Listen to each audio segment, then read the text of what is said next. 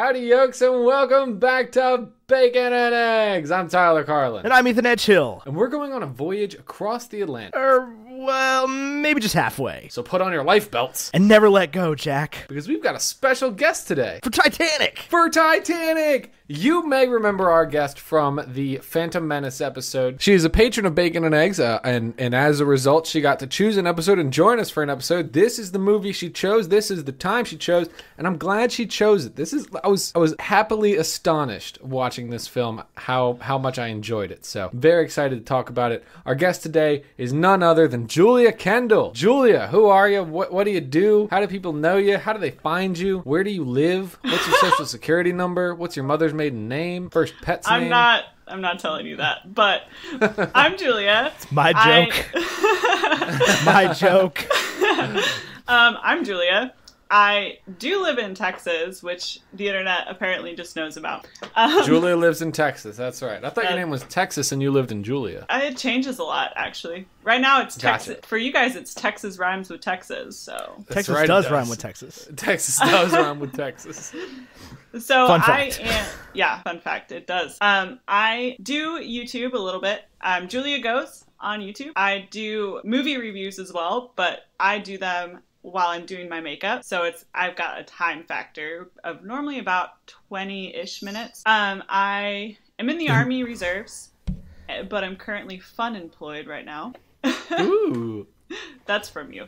And then, how to see me. So my Twitter handle is Julia Goes Texas. My Instagram is Julia Goes 2009, which has a lot of cat pictures. And then YouTube is Julia Goes, one word. And then Julia Goes Traveling, also all one word. Perfect. We'll leave links to all those in the description to this episode. Now, Ethan asked me if he could run down the stats today. I really want to do it because I never get to do it, man. Every time. You get to read the intro, you get to start the intro, you get mad at me when I start the intro. So today, I just want to read the stats, okay? Just allow me this one thing. You go right ahead, read the stats. Buckaroo. Okay, so we're going to run down a couple stats. Don't call me Buckaroo. I just stop and think about that. It made me deeply uncomfortable. Listen, bub. Okay. So we're gonna talk about Titanic today. We're gonna run down a little bit of stats. We'll give a positive and negative review, and then we're gonna talk about the movie. It's gonna be fun. Anyway, Titanic was released in 2012 on March 25th as an ABC 4-part miniseries. Hold on, that's actually a different Titanic. Oh! You guys want to talk about the movie? Yeah. Yeah. Oh, okay. My bad. Sorry. Okay, so Titanic was released on April 16th, 1953, starring Barbara Stanwyck and Robert Wagner. Okay, not that one either. Different one. Oh, the one from the 90s. Yeah, the one from the 90s. So Titanic was released on November 17th, 1996 as a CBS 2-part miniseries starring Catherine Zeta-Jones.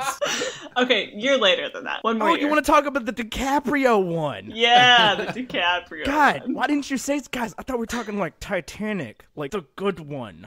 Wow. Oh, you can't. Anyway, Titanic was released on December 19th, 1997, which was 7,542 days ago as of right now, on what was the biggest budget of all time ever at that point, $200 million, which is now like a low-grade Marvel movie. Right, that's Ant-Man and the Wasp. Yeah, exactly. And it was also the highest grossing movie ever at that time, made $2.187 billion, garnering an 88% critic rating on Rotten Tomatoes, a 69% audience rating, and a 75 Metascore on Metacritic. That's a really low audience rating. That is a really low audience rating. That's a big gulp. I'm super surprised. Big gulp. This movie had a big gulp. What? I said big gulf. Oh. Golf. This like movie.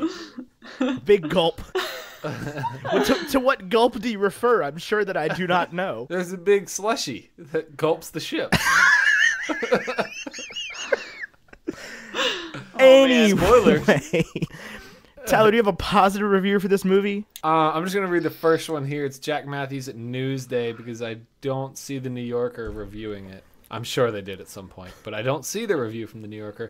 Jack Matthews says, Cameron's aim was to set the most intimate love story possible against one of the century's biggest tragedies, and he very nearly pulls it off. DiCaprio has a captivating performance in a role that might have been written for a young Clark Gable. Wow. That's some high praise. That's some high praise right Some there. high praise. I've got a negative review. I've got some low praise.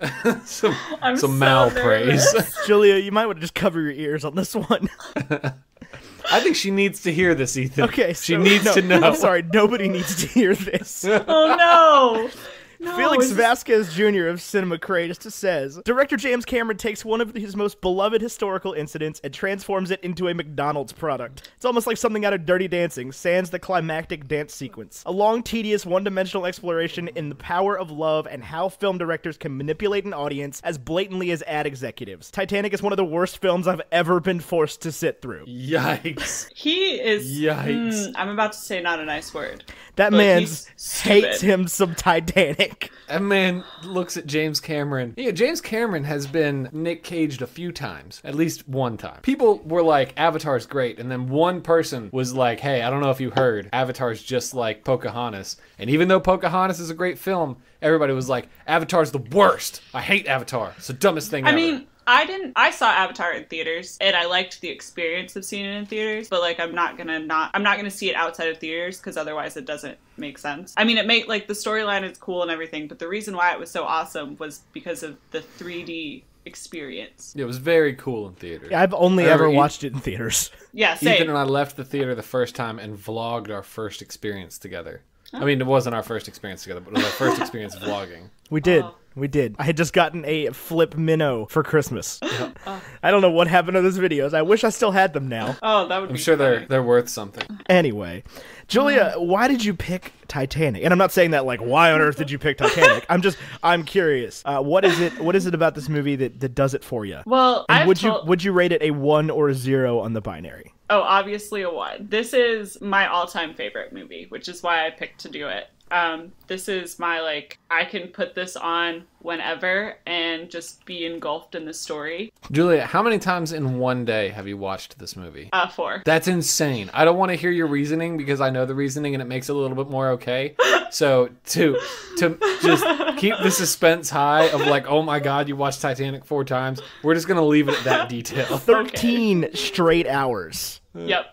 Of Titanic. Yep. Of Titanic. I'm sure there was like a bathroom break in there a couple of times. I took a bathroom break during the 3.5 hours I spent watching it. I didn't even pause it. I didn't. I've like vlogged, like time-lapsed vlogged me doing it, and you just see me like this the whole time and like curled up on the couch with my ice cream. That's how Steve from Blue's Clues, was it Steve? That's how he did. You do think, and then what Julia did was think.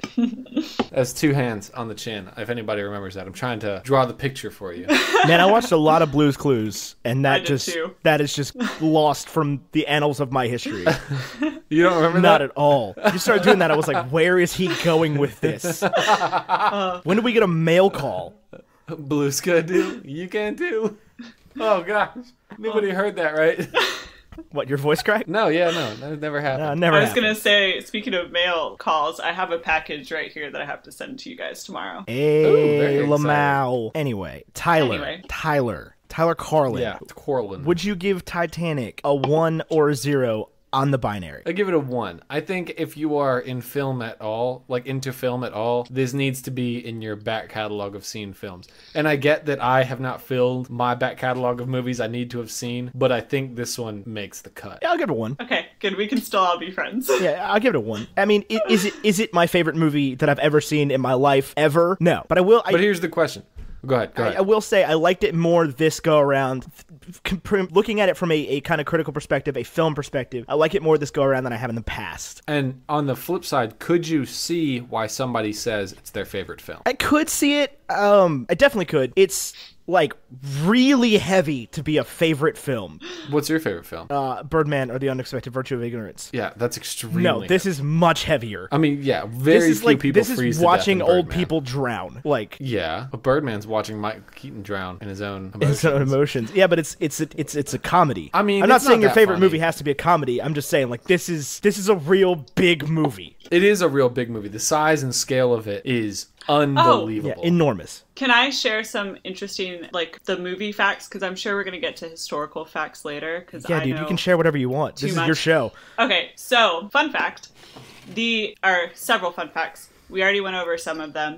But the set for Titanic was built using the original blueprints from Harlan and Wolff. And they actually use some... Who's Harlan and Wolff? That's the company that built the Titanic. Gotcha. Yeah. So they use the original blueprints. They also use some of the same manufacturing companies for the things like the rivets in the ship. And also the bell that is in the crow's nest was built by the original, like the people who built it for the Titanic. They must have been very old. No. Like it was built for the movie, but those companies are still around. Right, but I mean, if it was built with the same people, they must have been very old. That's not... Built by the same companies.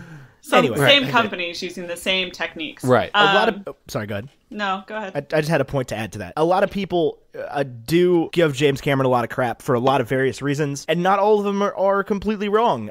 But the one thing you can't say about this man is that he does his research and he makes everything as official, as standard as possible, as realistic as possible, even if it takes way too long. And that's like his characteristic trait. Yeah, well, like on that note, this wasn't a fact I was going to share at this point, but he did 12 dives to the wreck to get the footage for the wreck scenes in this movie, which he did. Like, you didn't have to do that. Like, because some of the film, because they used some of the film that they got from the wreckage and realized, like, there's some that they could not do. Like, when they sweep through the, like, the transition from the wreck to the 1912, when they sweep through kind of portions of the ship. Those portions. Right, at the end. Yeah. They do it at the beginning, too, right? Yeah. Yeah. You saw the movie 4 times in one day. You know better than I do. I've seen this movie 4 times ever, and I don't think those are all the way through. Oh, I watched this movie a lot. Yeah. But they actually did that in like a tank with smoke. It was kind of, which he could have done for the whole thing, but didn't do. It was also nominated for 14 Academy Awards and won 11. Yeah, no, So there's no exciting. doubt that. Like it's. But Leo didn't win one, not until The Revenant. No, he didn't win one. I think that's okay. Honestly, I don't really think he deserved it. Who did he compete with in '97? Was he nominated? I don't probably. I know. I think Gloria she Stewart won, was right? Yeah, I think so. And then Gloria Stewart, who plays Old Rose, was nominated for Best Supporting Actress, which I think she probably was one of the best actresses in this movie, in my opinion. Looking up the Oscars on Wikipedia is consistently the most frustrating thing ever. When I type in 1997 Oscars, I want to know what movies from 97 won Oscars, not what the Oscars were in 1997 for 1996. That's my one complaint about. Oh, that's very frustrating. Jack Nicholson got it for As Good as It Gets, in case anybody's curious. Okay.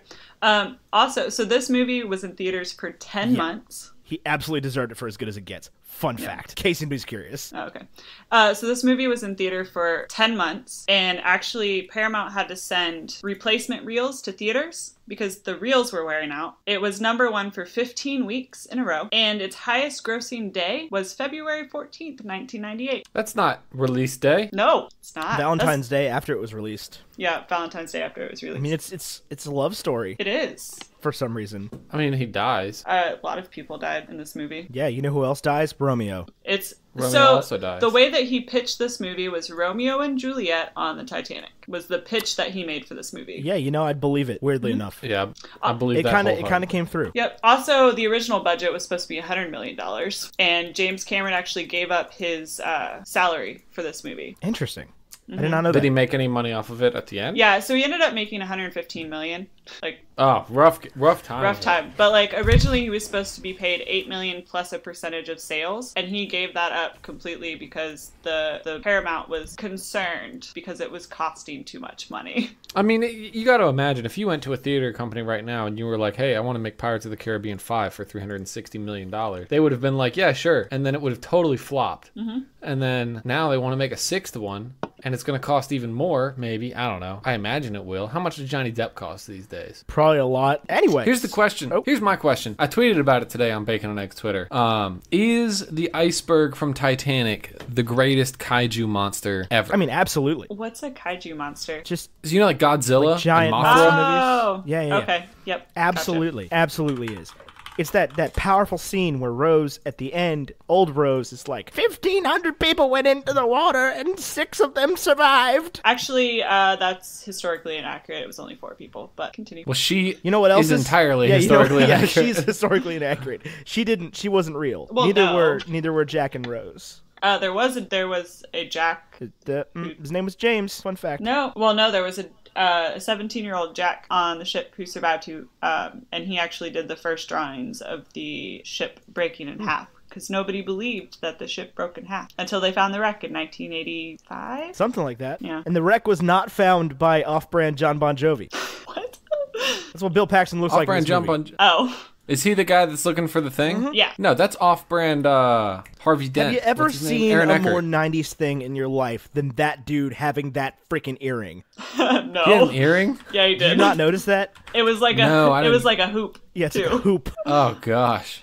Oh, one more fun fact. So the runtime is 3 hours and 15 minutes, but the 1912 portion is 2 hours and 40 minutes, which is the exact amount of time it took the Titanic to sink. And I mean, from what perspective? I think it took, like, all of history up until, like, 2 in the morning on whatever the day was. Anyway, yes, the villain, I mean, the iceberg from this movie is absolutely the best kaiju villain of all time. You think he's better than Godzilla? Absolutely. Or King Kong? Absolutely. Or the Meg? Do you know how many, like, Godzilla, like, yes, destroyed Tokyo over and over and over again. There's still a lot of people living in Tokyo, man. There's The iceberg not a lot of... did so much better with what it had. just being absolutely immobile. Absolutely. It was really simple, man. You got this boat.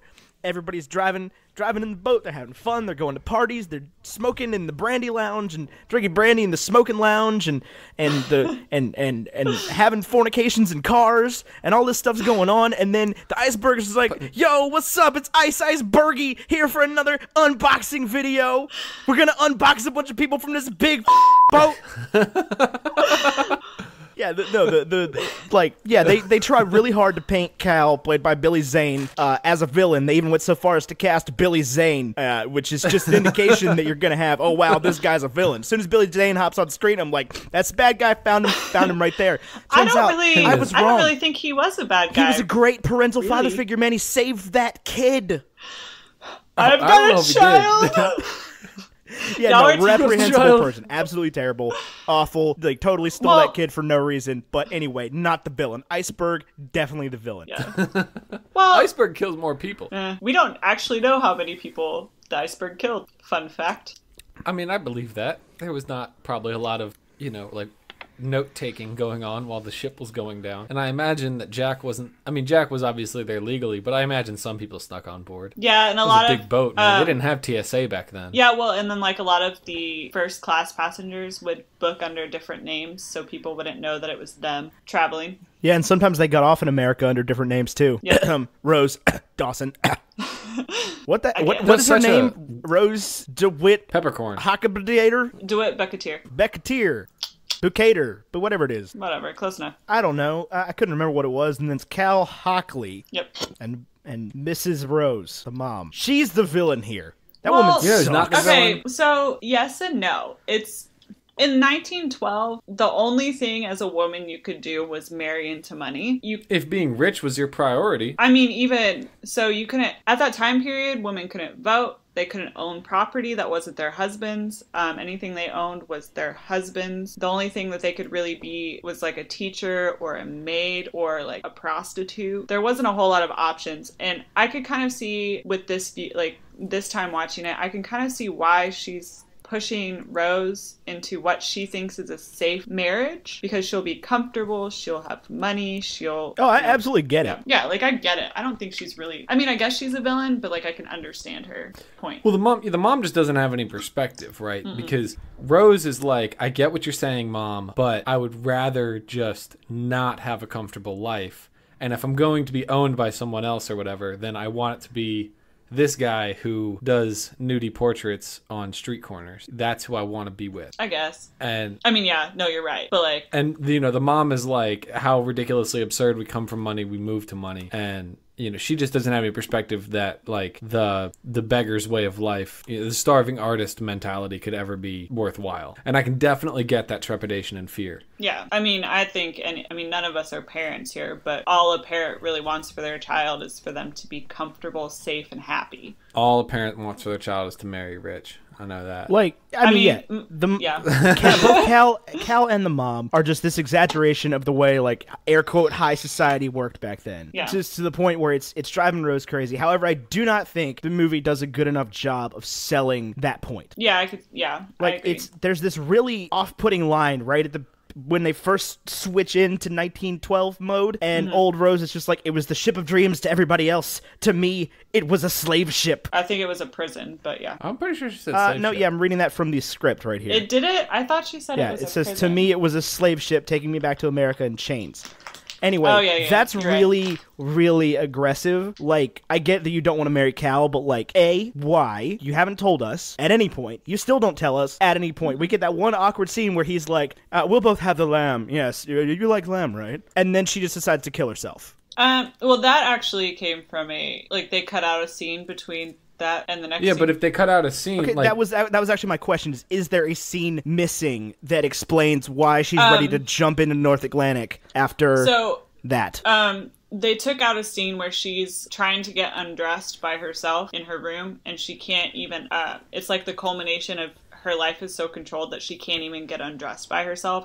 But they took that out, and I think what gets me, that bugs me about it, is that like they're supposed to represent high society, but I feel like everyone else, for the most part, at least towards the beginning, is like really okay with Jack's presence. Like they've got the problems at first, but then she's like, no, Jack actually helped me. I almost fell off the edge. Right. And they're like, everyone he's likes pretty him cool. except for Cal, the mom, and Lovejoy. Yeah. And then all of a sudden they want to get after him. I thought that was just like weird. I get that the mom is telling them like, hey, this isn't okay. My daughter is going to be poor because we don't have any money anymore. The money's run out. And I thought that was a good expositionary scene where the mom was like, we don't have any money, so you have to marry Cal because we had money and now we don't. Yeah. And we get later on like flashes of why Cal is this just awful guy. But I still don't ever think it's sold as to why she's like so eager to run away with this dude she's known for 5 minutes. I don't think it is either. To be honest, it's not my favorite movie because of the love story. Like the love story is like a mode for telling the history of the ship. But for me, like I like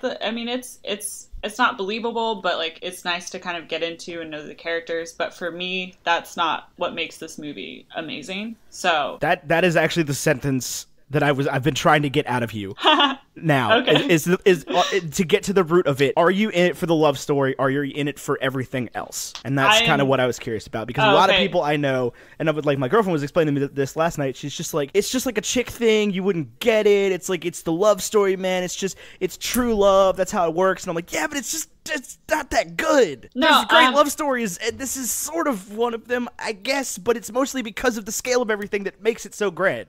No, so I have been obsessed with the Titanic since probably I was about 6. And when I say the Titanic, I mean the ship, the Titanic. I read a book when I was 6 or 7 time frame. It was called part of the Dear America series, which was a series of books that were historical events written from the perspective of like a 10 to 14-year-old girl kind of thing. Yeah, I guess this is not the same thing, but I remember when my mom was I wasn't there. My mom showed me from a thing where when she was in high school, they had to do a similar project to this, where they wrote like a journal as though they were passengers on the Mayflower. It looks like it was not published till 96, so obviously not when my mom was in high school, but it was like a similar project. But so I read that and fell in love with the ship and started reading anything and everything I could get my hands on about Titanic. And I didn't see the movie until I was older, because when it came out, I was not old enough to see that movie. And my mom was still upset. I saw it when I was 11 at a friend's house, and my mom was not happy about that. But it's not a PG-13 movie. Yeah, this is. This is a pretty generous PG-13 rating. Yeah. I mean, I don't want to be vulgar here on the podcast, but there's boobies in this movie. Like, if you've never seen it, there's like multiple minutes of boobage. And there's like a lot of, I mean, it's not, and that's I think why partially it got away with it, is not violence in the like typical sense, but there's a lot of like on-screen dying. Yeah, there is. Yeah, there's that morbid scene where they're like towards the end where Mr. Fantastic is rowing through the dead bodies. Is he Mr. Fantastic? I don't know. He looks like it. Yeah, where they're rowing a rowboat through just a field of corpses. Like, I mean, that was the scene. I watched it last night, and I was like, has this always been in the movie? Like, am I misremembering this? I don't remember this at all. I feel like I've never seen this in my life. No, that's Fun always fact, been there. he is Mr. Fantastic. Is he really? Oh man, I did not know that. I didn't either. Weird. So, But like, so for me, the historical representation of this ship that I've learned so much about over like 20 plus years of my life, that's why this is my favorite movie. Because it is as historically accurate as they could get it, well, with some things played up for drama and some things that were like, which I don't think they needed drama, to be honest, but there's enough drama with a sinking ship. But like the there's look of really the ship, not though. Like, have you ever seen those movies about this? What are they called? The Poseidon Adventure or whatever it is. Oh, the movies yeah, about no, I've actual seen that. just ship sinkings. Yeah, there's bad movies. Like, Yeah, it's not that's true. fun. I mean, it's not exciting. no, like, yeah, I guess I saw the Poseidon the day my parents told me we were going on a cruise. Nice. Yeah, that was a mistake on their part. Yeah, in but my like opinion. Speed 2 doesn't have a love story. What movie? Speed 2 was terrible. Speed 2's 3.8 out of 10. Look at Speed that, 2 was. 23 Have you seen Metacritic. Speed 2? Yeah, I've seen Speed 2. I love Speed 2. And it is a man and a woman on the cover. That's Tom Cruise and Sandra Bullock. Yeah, you know what was way better? Speed 1. Not Tom Cruise. Jason Patrick. Speed 1 was way better. Fun fact. We could review Speed. I'm down for that. What do you mean? I thought Tom Cruise was in these movies. Keanu Reeves was in the first Speed. I know. It was I the have bus. seen that one. Yeah, Keanu Reeves and the guy Sandra Bullock. from Ferris Bueller. Not the main guy, the other guy. Cameron from Ferris Bueller. Anyway, Dennis we're not here to talk about... No, not Dennis Hopper. Dennis was Hopper's in the villain. Oh, okay. Speed is a great movie. If you've never seen Speed, Alan Ruck. watch Speed. Anyway, great movie. Pop quiz, hot shot. Great movie. Yeah. But Speed 2 is just about a shipwreck, though. That's all I'm trying to say. Speed 2 is terrible. It's not a good movie. Anyway, there is a lot of drama surrounding the shipwreck, and like the Titanic is truly an incredible and outsized tale of like everything that could possibly go wrong going wrong. Yeah, well, the thing is, a lot did go wrong, but a lot didn't go wrong. So the way she sank, people are still confused as to how she sank as level as she did. And I say level. Every other shipwreck that has happened that we have access to, the ship is capsized, to include the Titanic's sister ships. She didn't capsize. She only had between a 19 to 23 degree lilt at her peak, which is very unusual. So the fact, I mean, obviously a lot went wrong, but some things actually helped a lot more than people realize. It was the way the ship was designed, right? Is that it fills evenly, even when it fills, like even when it punctures, and that those compartments were small enough, but enough of them were damaged that it filled up evenly so that it tilted down instead of over. It had to do with, so one fireman, which is what they called the guys who shoveled the coal, survived. And his testimony explains that they were actually using hoses to move the water around. So like, the biggest heroes of the Titanic were the engineers and the firemen who were working the entire time, keeping the ship as level as possible, filling up coal bunkers with water, trying to get it to be as even as possible, which is not something that's ever like happened since. So, well, but they just don't design ships like that anymore. No. But also, I mean, her sister ships also sank. And actually, this year is the 100th anniversary of the Carpathia sinking, which is the ship that rescued Titanic. Yeah. That's wild. In 1918. 18. Yeah, June, I think. July 1918. Yeah, well, the real problem here, and this, I believe, is correct in the movie, was the lifeboats thing, right? Like, I'm not crazy in the fact that they only had 20 lifeboats for 2,000 people. Right. They had 20 lifeboats, which was 4 more than they were required by law, and 2 more than the Olympic had. And because at the time, the law was based on tonnage, not on population. Right. So, like, the issue was the legislation that didn't make them have enough lifeboats for everybody. Correct. However, even if she had more lifeboats, they didn't have enough time to launch the lifeboats that they had. 2 of them never got launched. How is that? They had hours. How is that possible? They had 2. Well, when it first started, so from impact, it was 2 hours and 42 minutes. That's a long time. Right, from impact. However, they didn't think that she was actually going to sink until Boiler Room 6 started taking on water, because that was the 5th compartment. So she could stay afloat for 4 compartments flooded. And Boiler Room 6 was the tipping point. And as soon as that tipping point happened, they had that. Also, they didn't know how to... It was a new system for lowering lifeboats. And the people who were trained on it were the officers. But the officers were not the ones actually lowering the lifeboats. They were directing the lifeboats. Right. So the people who were supposed to be lowering it kind of knew how to do it, but it was difficult and it was a slow process. And then you had people who didn't want to get on because at this time there had not been a huge maritime disaster, period, that wasn't caused by like war, essentially. And like during peacetime, up till this time, only 10 people had died at sea. So like this was not something that the passengers could comprehend. People did not want to get on the lifeboats. So like the first couple of lifeboats were half full because people refused to get on them. There's just a lot that went into it. That's crazy. Wild. Yeah. And now you go on a cruise and you have to stand there for like an hour while they explain to you about the lifeboats. Yep, that's because of the Titanic. Yeah, I know. That's the first thing I thought of when I got on my cruise. I was like, all right, well, okay, that's where the lifeboats are. They're telling me this is where to be. Good. I know this information. Now I feel safe. Yeah, and they have to tell you that before they set sail, which before the Titanic was not a thing. The Titanic disaster actually changed a lot for ships and for the maritime industry. Yeah, it's like a whole governing body for that stuff now. Yep. The U.S. Coast Guard, to this day, still tracks icebergs. You are also now required to keep your, it was the Marconi radio at the time, but your communications have to be open 24/7, because that's, again, part of the reason why Titanic, wasn't saved, because the Californian turned off their Marconi radio, because there was no requirement for them to be on 24 hours. Right, yeah, they were close enough to save, almost everybody, right? Yeah, they would have been able to save. And also, lifeboats at the time weren't meant to... They were meant to ferry people from a wreck to another ship, not to keep them alive. Yeah. So, and now they're... Also, and most cruises and stuff happen in nice water these days. Yeah. Yeah, can you take a cruise from New York to London? Yes. Yeah, you definitely can. I never will because of this thing. I get seasick, so perhaps not. Dude, here's the thing, and everything that happened with Titanic is just a testament to man's ignorance about the ocean. Yeah. And arrogance about the ocean. It's this still happens. Ships still go down and get lost, and it's a real thing. That thing with the Edmund Fitzgerald, the ship that sank on Lake Superior, a lake, by the way, not even the ocean, happened 40 years ago.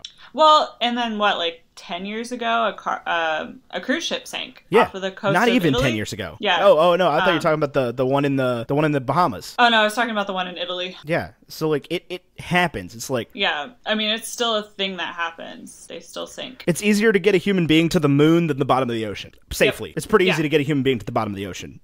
Did you know that the Titanic 2 set sail in 2018?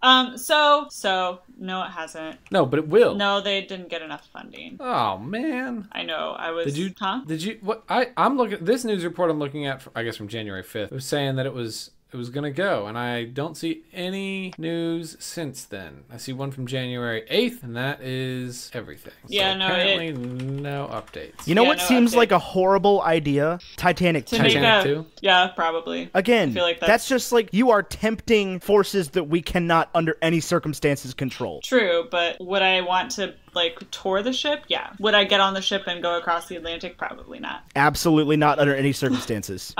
They made a movie, Titanic 2. Oh, have you seen it? It's awful. No, I haven't seen it. Oh god, it's that really sounds bad. Like a bad idea. It's an asylum movie. What? Yeah. Yeah, they're the film company. They make really bad films. Yeah, no. They made all the Sharknado movies. It's terrible. Oh, that makes me sad. Yeah. I'm never gonna watch it, so it's whatever. So back to... They make so many movies. They release so many films. Yeah, they're all direct-to-TV. I think they have a deal with Sci-Fi. Yeah, they're all awful. Every single one of them. There's Independence, NTS, not NCE Day. Jesus Christ. This film doesn't even have a poster. It's just the Wikipedia page. Not a single one of these actors has their own Wikipedia page. That's what I want to convey to you right now. Yeah, well, they made 6 Sharknados. 6? Those things are sweet. Yeah, 6. That's so many. Yeah, it just came out this year. It's The Last Sharknado, It's About Time. Sequel. I mean, you think it's gonna have to some sort Sharknado 5, Global Warming. Ooh. Which from what I can see, Sharknado 5. Hold on, I was just looking. Sharknado 5 is not a sequel to Sharknado 4, according to this. I mean, it definitely is. The Fourth Fourth Awakens. And Sharknado 3, oh hell no. I have only seen Sharknado and Sharknado 2, the second one. I have seen none of them. What I really want to watch is Three-Headed Shark Attack and the sequel, Five-Headed Shark Attack. What? Or Empire of the Sharks, Planet of which the is Sharks. the sequel to Planet of the Sharks. Why are they so obsessed with sharks? You can watch Mega Shark versus Mecha Shark. Oh, I think that's worth your time. Yeah. Is this the company that made Piranhaconda versus Sharktopus? I don't know. It might be. These are kaiju movies, Sharktopus man. versus Piranhaconda. Hang on. Is that an asylum movie? Does Sharktopus versus Piranhaconda? No, it is a sci-fi original. Of course it is.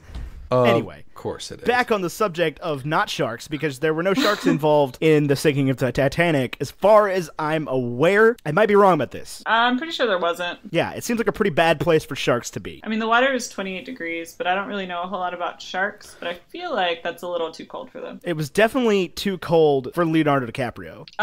Most people died from hypothermia within 5 minutes, except for the baker, who you get to see in the movie. So you know how they're on the top of the ship and you have the guy who's drinking? Yeah. That's the baker. That's what he did in real life. Like, he went to the bow of the ship, and I quote from his testimony, he said he wrote it down like an elevator and didn't even get his hair wet, which I'm sure was an exaggeration, but he was drunk as and survived. So apparently that's how you survive, is you just get drunk and swim. No, don't do that. Don't do that at all under any circumstances. Don't. That was luck on that guy's part, and if you drink and go outside when it's cold, you die. No, I'm not saying because then your blood doesn't work like blood. I'm just making a PSA here. Yeah. When you drink a lot and then go outside when it's cold, your blood doesn't work right and you die. Mm-hmm. Yeah, but he survived the Titanic sinking, the Britannic sinking, and the Olympic sinking, so... That dude's not allowed on boats anymore. He's dead. Maybe. Sinking Hold boats. on. Maybe he caused the Titanic sinking and the Britannic sinking and the Olympic sinking. One of them was hit by a German, missile, Yes. during Maybe World War II. he had Thomas Andrews. What is Thomas? That's his first name, right? The shipbuilder. What if he had Thomas him Andrews. under the Imperious Curse the whole time? Oh my god, Harry Potter theory. Here we go. I'm finna make this video. There's It's also gonna be finna woke. there's also a maid who was on. Oh, he wasn't on the Olympic when it sank. I apologize. So just Titanic and Britannic. Right, but there was a maid, Violet Jessup, who was on the Olympic when it got hit before the Titanic happened. The Titanic when it sank, and the Britannic when it sank, and she decided after that she was never getting on a ship ever again. I can't say I blame her. Yeah. But yeah, the White Star Line didn't really fare So too did all well. of them sink? All of the Olympic class sunk? Yeah, eventually. I think the other two sunk during World War One. Oh, okay. Yeah, because they were converted into hospital ships during World War One, and that's the same thing that happened to Carpathia, I believe. Gotcha. So they didn't just all No. have the same thing happen. No, just the Titanic. Now, I mean, the Olympic did get run into at one point. Am I correct in what I've been told that they should have just hit the iceberg straight on? Yeah, so if they had hit the iceberg straight on, then there would have been more physical damage to the front, but the likelihood... I mean, this is just speculation, but the likelihood is that They would have been able to seal it off. Yeah, whereas because they tried to swerve and they scraped the side, they actually scraped into 5 compartments, which the 5th compartment was the one that was the tipping point between her staying afloat and her sinking. But they had no way to know, and they had no way to know how big the iceberg was underneath the water, which is the big... Yeah, the problem with icebergs. Yeah. Because they thought they'd missed the iceberg, except for everybody who was, in that part of the ship. The But people who on are the making out brig- on deck. Oh, yeah. Also, I have a slight problem with this scene in the movie. So, the lookouts didn't have binoculars, which is historically accurate. But then in the movie, Murdoch had binoculars, which is really annoying because, why wouldn't you just give that to the lookouts? I know, the reason is there were no binoculars, but, he could have just had them not have binoculars on the bridge. Wait, who's Murdoch? The first Murdoch mate or whatever. Was the first mate. Well, it's because he's not going to give his binoculars to those guys going all the way up on the crow's nest. This is stuffy 1912 society. I mean, quite literally, there were no binoculars on Titanic. No, I mean, I Well, get that. they were but, on Titanic, This is just but- another way to show status. Yeah, I guess, but that just really bothered me. It's just, they're trying to ram home this, the crew could have done better thing. Yeah, I suppose. I mean, during the inquiry, they actually decided that the crew did what was would have been acceptable at the time, and so they were given no fault by the 2 inquiries that were done, because one was done in the U.S. and one was done in London. How was there no fault? They were going too fast during an iceberg warning. They weren't. Okay. They were going a little fast, but they weren't. They were going at 22 knots. They weren't trying to go fast. That was a perfectly reasonable speed for that area at that time. 22 knots is kind of fast. It was a little faster than they should have been going. But considering the fact that they had to go through coal because there was a coal fire and they were trying to use up the coal that had been damaged, that's why they were. Gotcha. That's the theory as to why they were going that fast. But Titanic was not trying to set a speed record. So it wasn't Zero- the dad from Jumanji forcing them. No. Oh. Wait, he's the dad in Jumanji? Yeah, Ismay? Oh, man. Yeah, I did absolutely. not make that connection. Yeah, the original To be- Jumanji. to be He's honest- the dad and Van Pelt or whatever. Yeah, so to be honest, I watched the Jumanji when I was probably too young to see that movie, and I refuse to watch it now. Oh, Jumanji's a great movie. It scares me. I can't watch it. I This was movie 5. scares me. This movie, I like this movie. I don't like the ocean, man. I'll be honest with you. I'm actually terrified of open water. Like, I won't get in the ocean. I'll get in Really? the ocean. I'm not gonna go out on like a deep sea fishing boat and get in the ocean. No. But I mean, I'll put my feet in. No, But I have to be able to touch the bottom. The same for swimming pools. I don't like water. Weird. And I don't think it has anything to do with Titanic, because that was well before I saw Titanic. I didn't learn how to swim till I was 18. what? Yeah. I learned how to swim. I knew how to swim before I knew how to walk, probably. So let's talk about some characters. Okay. Let's. What do you got for me? So what do you guys make of these people? Let's start with the fictional people.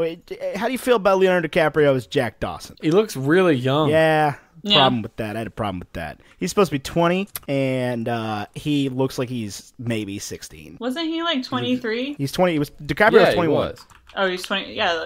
Like, yeah. But he didn't look 21. He didn't look 21. He looked. No, yeah. I don't know. Yeah. I mean, I get it. But, like, I didn't realize he was supposed to be 20. Well, yeah, I mean, so she's supposed to be 17, which is, Yeah, I knew first of that. all, like, weird. Like, that's just stop showing me romance scenes of a 17-year-old. Yeah, that's kind of weird. Ever. Just, like, what is 1 year difference? Yeah, I agree. Like, would it really have made that much difference? She was like, it's been 83 years. I mean, it still would have been 84 years, because that was the amount of time from the Titanic sinking to when she told the story. Well, I'm saying they Yeah. could have told the story 83 years later. Well, I mean, I don't think the years later matters. It's how old. Like, they You could know, have... why not just make her 18? Yeah, that's what I'm Yeah. saying. Why not just make her 18 at the time, or make her 102 in the future, or whatever? Yeah. That's what I'm saying, though. Is she... Yeah, I gotcha. 20-year-old Kate Winslet looked a lot older than 21-year-old DiCaprio, and it made me very uncomfortable the whole time. Did you know they reunited in Yeah, Revolutionary they- Road yeah. in 2008? Yeah, I did know that. Yeah, great movie. What? Is it Yeah. good? Looks good. David Harbour's in it. I like I mean, they're him. both great actors and actresses, people. Yeah. acting professionals. Revolutionary Did you Road's a know, tough like, movie. huh? Revolutionary Road's a Road? tough movie. It's Yeah. So is Titanic, man. Titanic was 3 and some change hours long. 3 hours and Do you know 15 how minutes. much I appreciate a 90-minute feature film? There's nothing better than me than, hey, we're going to the movies. It's only going to take 90 minutes. I'm going to say something, and Julia, you may disagree with me on this. This movie is potentially over an hour too long. Oh, I totally agree with you. At least an hour too long. What is the total runtime 3 hours and officially? 15 minutes. 3 hours and 15 minutes. Yeah, it is 1 hour too long. Like 60 whole minutes. I don't care about the old lady story. I don't care about See, the diamond. I don't care about the, I mean- the, like, we're telling you history. I don't care about the do. earring guy doing his vlog. Like, I just don't care. I just want to see Kate and Leo. I mean, I care- liked the old lady. I care more I thought about she was... the vlogger guy, the deep sea diving guy, than I do about Jack TBH. Really? I was never sold on the Jack and Rose story. I don't think... I Like, because I did a review on this movie on my YouTube channel, and I stated there, I don't think that they would have actually made it as a couple after Titanic, and the reason why she, like, holds his love so dear to her is because he died. Like, he had to die for her to be able to do what she did, is my thoughts. Right. I think she probably would not have enjoyed the like tramp lifestyle as much as she was claiming, because No, she's Yeah. a 17-year-old kid who just doesn't want to get married to a 30-year-old Billy Zane. I also Yeah. would not want to marry Billy Zane, just in case we're curious. I wouldn't marry Billy Zane. He wouldn't be my first choice. No, probably not. So Who would be your first choice? if I was going to marry a male actor, Yeah. jeez. Here's the question: is can you say Chris Hemsworth, and would you be okay with being that? I'll be like- Chris Hemsworth like trophy with- wife. No, but he's the trophy husband. Like everybody knows this. Yeah, I would don't know if marry I could Chris handle Hemsworth. that. I'm fine with that. He's I a don't beautiful know, man. He's so pretty. I can't think of anybody else. Tom Holland feels too young, Yeah, he is too young, at least for me. and Leo's too old. I would marry DiCaprio. I mean, I feel like that I would be really out. like Leonardo DiCaprio, which is why it's weird for me to say this sentence, but I do not think he was the right pick for this movie. Would you marry who you think is the right pick? Who do I think is the right pick? I don't know. Who do you think is the right pick? I think Brad Pitt is the right pick for this movie. You think 97 Brad I do. Pitt, I really do. Fight Club I really Brad do. Pitt would have been better for Yeah. this role. He's too old. Even in Fight Club, he looked too old. He does not look too old. I don't know. I think I don't think I could imagine two different actors in the main role. So when DiCaprio did the in this time I was watching, when DiCaprio did the I'm the king of the world thing and just started yelling off the front of the boat, I was called back to Brad Pitt's performance in the 1992 classic A River Runs Through It. We've mentioned it before on this podcast, but just in passing. We have. Just in passing. Right at the very end. I just like the characters remind me so much of each other. I think he would have done a better job. I don't think DiCaprio really had the chops for it yet, and a lot of his performance took me out of it. It's a very demanding role.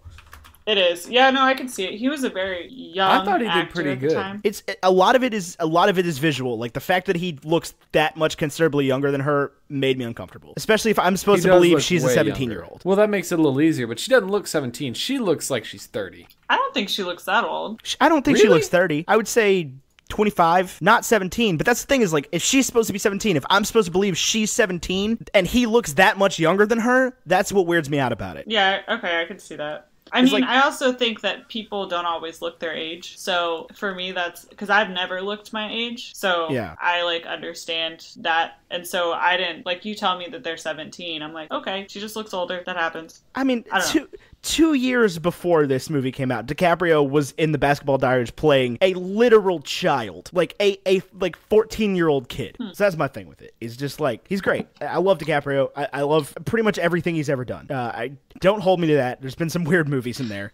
But, like, for the most part, DiCaprio's really only done good roles. I don't think he was bad in this role by any means. I just think that there was probably somebody out there that could have done a little bit better. And I do like Romeo plus Juliet. Don't at me. I like that too, actually. I thought Romeo plus Juliet was good. Yeah, it's been kind of nickel-backed. Has it really? Yeah. Oh, that's sad. I own that movie, actually. I liked Romeo plus Juliet. A lot of people are like, I think the anachronism thing that gets to people. Oh, the fact that it's like Shakespearean words in quote-unquote modern times or whatever. Yeah, it's set in like Miami in the 70s. Yeah. Instead of Yeah. Fair Verona. I don't know where if we I've lay our ever scene. seen this. Romeo plus Juliet. It's a good movie. Yeah. I mean, it's We Romeo watched and it. Juliet. We watched it in Elizabeth Chapman's English class. We watched Dead Poets Society in Elizabeth Chapman's English class. I've never actually seen Dead Poets Society. Fun fact. Oh, you should watch it. Yeah, you It's should definitely so watch good. it. If you like, I'm planning if you on it. like 90s movies, like Titanic, which is the most 90s movie that's ever 90s. I know the Dead Poets Society came out in 1989, but it is, by all measure, a heavy, overdramatic 90s movie. Okay. It's so good. It is I very think good. it's on HBO. It's on Netflix. Yeah, it Is is. it on Netflix? Pretty sure. Oh, then that's fine. I'll watch it. but, like, probably this week. And this movie is truly the culmination of everything that is the 90s, because you have the cheesy cornball drama romance movie combined with the over-the-top, like, maxed-out CGI action movie shoved into this one, like, historical fiction thing. And it's not a bad thing by any means. It's just, it is so, it's Well, so, a lot of like, the dated. CGI in this movie was created for this movie. Yeah. And has since been like people in the background, like fake people. That was Titanic that did that. Yeah, compared to James Cameron's movie that he made before this, The Abyss, where he The Abyss, shot yeah. he shot scenes where the CGI didn't exist yet and still didn't exist by the time he turned the final cut in. Right, yeah. And Industrial Light and Magic was like, we can't do this Yeah. at all. And so, like, you know that and they mix practical stunts with digital stunts, but, like, the biggest part was, because they had the deck actually tilted, so, like, when it was vertical, it was actually, like, the physical set was vertical, but I think a couple people got hurt, like a broken ankle kind of thing, and James Cameron obviously didn't want anybody to get seriously injured, and so he asked them, he's like, can you do this? And the, like, visual effects guy was like, yeah, I think so, and that's, so all of those, like, those effects of people falling are all digital effects, which, to be honest... Wait, Really? so you mean to tell me they didn't actually build a giant ship and then sink it just to make this movie? No, they did build a giant ship and sink it, actually. They sank the ship. Like, they built that and sank it. Like in the middle of the North Atlantic, and like No, 1,500 people no. died. No, they, Wow, that's really not James Cameron of James Cameron. I'm a little disappointed, honestly. They sank it outside of Mexico, actually. Oh, nice and warm waters. Yeah, that water didn't look cold. I'll be honest with you. I wasn't very sold on the freezing water Well, thing. so the water, when they sank the ship, like, inside the ship, was actually cold. So there's a scene that they talk about where Kate Winslet goes in the water, and she goes like, when she goes in and she kind of hits her chest and she goes kind of thing. That was her actually reacting to the water. And Leonardo DiCaprio's scene when he gets in the water after, like, she saves him from being arrested or whatever, his, like, oh, that was him reacting to the water. Now, it wasn't 28 degrees, but it was cold. When you're just standing in normal air, like 60-degree water feels really cold. Yeah, I think it was like 54 degrees. But Yeah, when they did the tank water, so they had this huge tank. So when they're outside on the open water, I think it was 84 degrees because they were in the water for like 3 days. And obviously they didn't want people to get hurt from cold water. You mean to tell me all of that breath is It's- CG? Yep. Ridiculous. I could have absolutely told you that.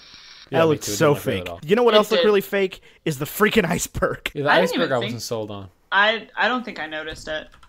It's like when they're about to run into it, I'm like, this is the fakest scene in the whole movie. Oh no, the one that I thought was the fakest scene in the whole movie is when they pan and you see the Carpathia to pick them up. I was actually gonna say that first pan of the whole ship when they're like pulling out of port. Okay. It just, I don't know. There's some of the bigger shots where I'm just like, this didn't hold up that well. That's kind of interesting because they actually built. I mean, they didn't build the whole ship, but a lot of that was actually a practical set. Huh. Well, it looks. In that particular scene, it looks kind of weird. I will say, I know they did have to flop for that one. They had to flop it because they built like, again, part of the ship, but for like the Southampton scenes, they had to flop the film. So that might be part of it. I don't know. I'm not sure. I will say that there's a lot of camera work in this movie that is very good. A lot of these shots are great, and they continue to hold up over time, where like a lot of these 90s movies and even later don't necessarily hold up. And it's got a fairly timeless directing style, which I think is good. The cinematography itself, like the actual camera workings and like the way they did the shots are great. And I don't know. Also, I don't think I've ever seen a movie that was scored so beautifully and so terribly at the same time. What do you mean terribly? Because the score. It was awesome. There was this scene where it's really quiet and they're loading everything onto the thing, and like obviously there's tragedy occurring, but it's just this string quartet playing, and it's great. That is the scene. No, maybe it's not. Not the one they die, where they die, or they're about to die. No. But before that, when they're soundtracking, the string quartet is soundtracking the whole like evacuation procedure. Yeah, no, that is the scene, like where they're playing "God Be With You," or no, "Near My God to Thee." Yeah, is that the one you're talking about? Yeah, absolutely. That is legitimately, like, that is the scene that will make me start crying every time. Like it's haunting. It's haunting, and it's a great moment in scoring, and it is timeless. And then they slam you right back into that like "My Heart Will Go On" melody with the really bad synthesizers. It's not a synthesizer. There's synthesizers in there. I'm telling you. I know it's the penny whistle or whatever, and if I ever hear that melody again, I might actually scream. It is so overused in the movie. It really is. They use it over and over again. It is a lot. I can actually play it on the penny whistle. I have a penny whistle. Nice. And it's like my roommate freshman year had a penny whistle. It's a great song. Great performance. It ends up working really well as a song, but it's like this melody over and over and over again in the movie. It really took me out of it a couple times, especially after that. It was just such a jarring transition into like back into the normal score, which was very like air quote 90s movie. Yeah, I will say I liked, speaking of the scoring, there were times where James Cameron chose to have it completely silent, which I thought was amazing. Like when they're in the water, he actually did this thing during certain parts, he used the sound of the ship sinking kind of as the soundtrack, but like then it turns to silence. And that's just really powerful to me. And I thought that was a good choice. Yeah, I agree with that. Yeah, because there are a few times where it was silent and it was done very well, and it made the moment more emotional than if there had been music there. Because, I mean, you guys both kind of did music stuff in college. Kind of. Ethan's in a band. Well, like, yeah. Okay. But so when I studied like music theory and stuff, we were told rests are music. Silence is music. And a lot of people don't comprehend that a lot. And I think that he used the silence as music thing very well. Yeah, no, I agree. I think that translates in most art. Ethan and I studied extensive music theory and music history. Because I know you guys. Go ahead. Oh, I was just thinking because you guys were both in the fraternity, and that was honestly what my first thought was. Not that Ethan's in a band. I am though. I know Ethan's in a band. No, I know, but like my thought was, oh, you guys were both in Phi Mu Alpha, Symphonia. All hail Symphonia and brothers. Yeah. No, I mean the effective use of sounds. That goes on not just in music. That's all art. You know, like Ethan and I would probably both list like Mark Rothko and our favorite like traditional painting artists. And his whole thing was that he like very minimalistically painted the page or the canvas or whatever. Yeah. The giant canvas. Yeah, absolutely. I just think like in movies people don't always get that, and I like that. Oh, I would absolutely agree with that. That's why The Last Jedi was so good. I absolutely agree with that. Especially in this period in movies where like every second of the movie in a lot of these films was scored. Yeah. And it's something you don't notice until you watch a different movie where it doesn't happen and you could like pick it out, or even this movie. But a lot of these 90s movies were just aggressively overscored. And you're absolutely right. It was done much more reservedly, much more elegantly than normal. Speaking of the music, while we're just talking about music, James Horner, may he rest in peace, he didn't tell James Cameron that he was going to get Celine Dion to sing My Heart Will Go On, because James Cameron did not want a song with vocals in this movie, besides like the vocals that, like the haunting vocals that you kind of hear throughout the score. Right. Like not like a singer. Yeah. He did not want a lyrical song, and James Cameron just did it and didn't tell him, and then just like kind of put it in there, and James Cameron was like, okay, I guess. And also the Celine Dion, she only sang that for the recording once. Like that's a demo track that they put in. Yeah, I was actually reading about that like there was no plan whatsoever to include that song. It wasn't like from the beginning that was going to be the way they did the leitmotif and all of that. But she doesn't, if I'm not mistaken, she doesn't sing the song during the movie. No, it's the credits where she sings it. It's the credits. It goes into it. It goes into it during the credit scene. Yeah, but yeah, that's a little factoid for you. She also didn't want to sing it, and her husband convinced her to do it. I mean, she killed it, like, for sure. Oh, yeah. It's a great vocal performance. I do think that I don't have a problem with it being in the movie. I think they could have picked a better leitmotif, if I'm being brutally honest with this film. Is like, it's not, the leitmotif is supposed to drag you more into the movie, not take you out of it. And maybe it's just the fact that the song has become like what it is over time since this movie came out. I think that's more what it is than. But like, it's driving me nuts the whole time. Because you hear it a lot more than you would realize, like just in regular life, which is weird. Because they play the, the Southampton theme where they're seeing the ship or the kind of thing. They play that at the Titanic Museum, like when you walk in. It's very strange. That's a great scene. Doesn't seem strange. That is a great scene. That is a good scene. When Jack's running through the thing and running through the streets, the docks, getting there. Like, well, and I just loved. So James Cameron actually had a Titanic historian and Ken Marshall working on the on the set. And Ken Marshall, if you don't know, he's been painting the Titanic since before it was discovered, and he has some of the best Titanic paintings, in my opinion, of all time. And they were very particular about the clothing that was being worn, where the ship was on their dock, where everything was, what cars were being used, what luggage was being used. Like it was all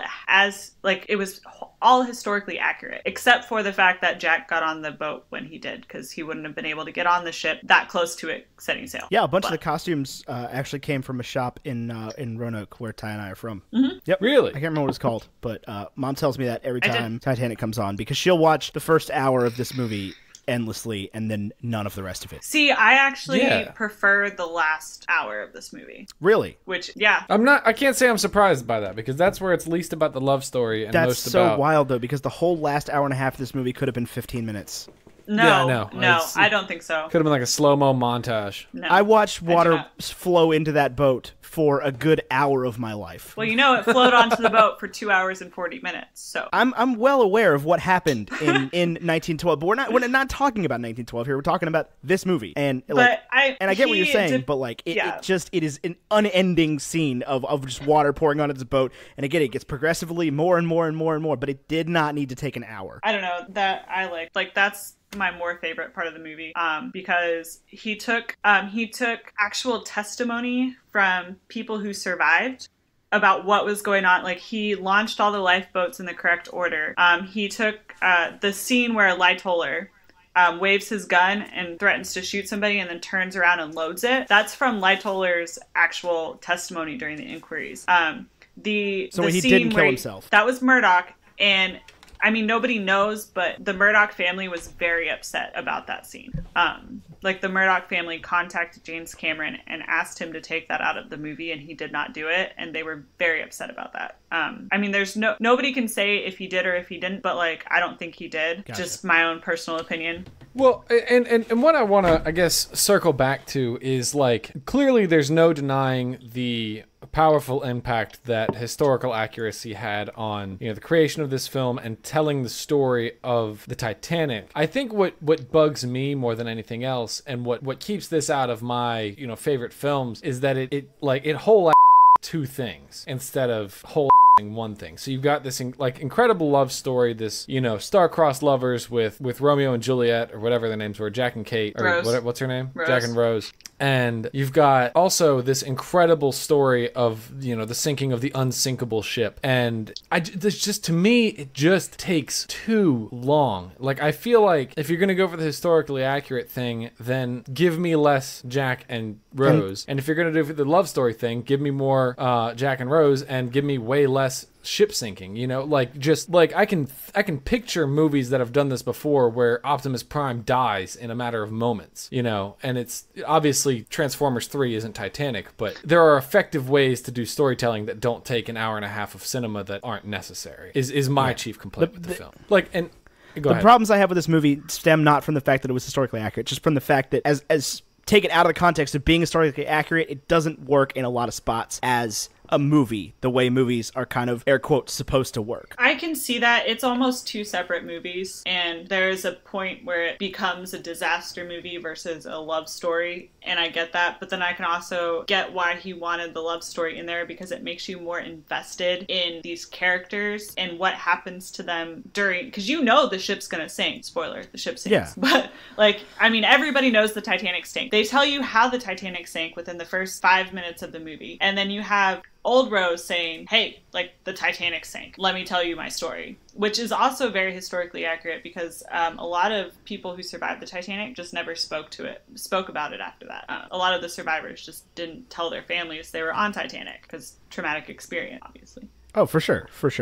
But no, I can see why people would think it's too long, because you can almost divide it into two different movies. However, I like it. Well, so you've got like right at the beginning, you got. Oh, I definitely do like the movie. I want to be clear about that.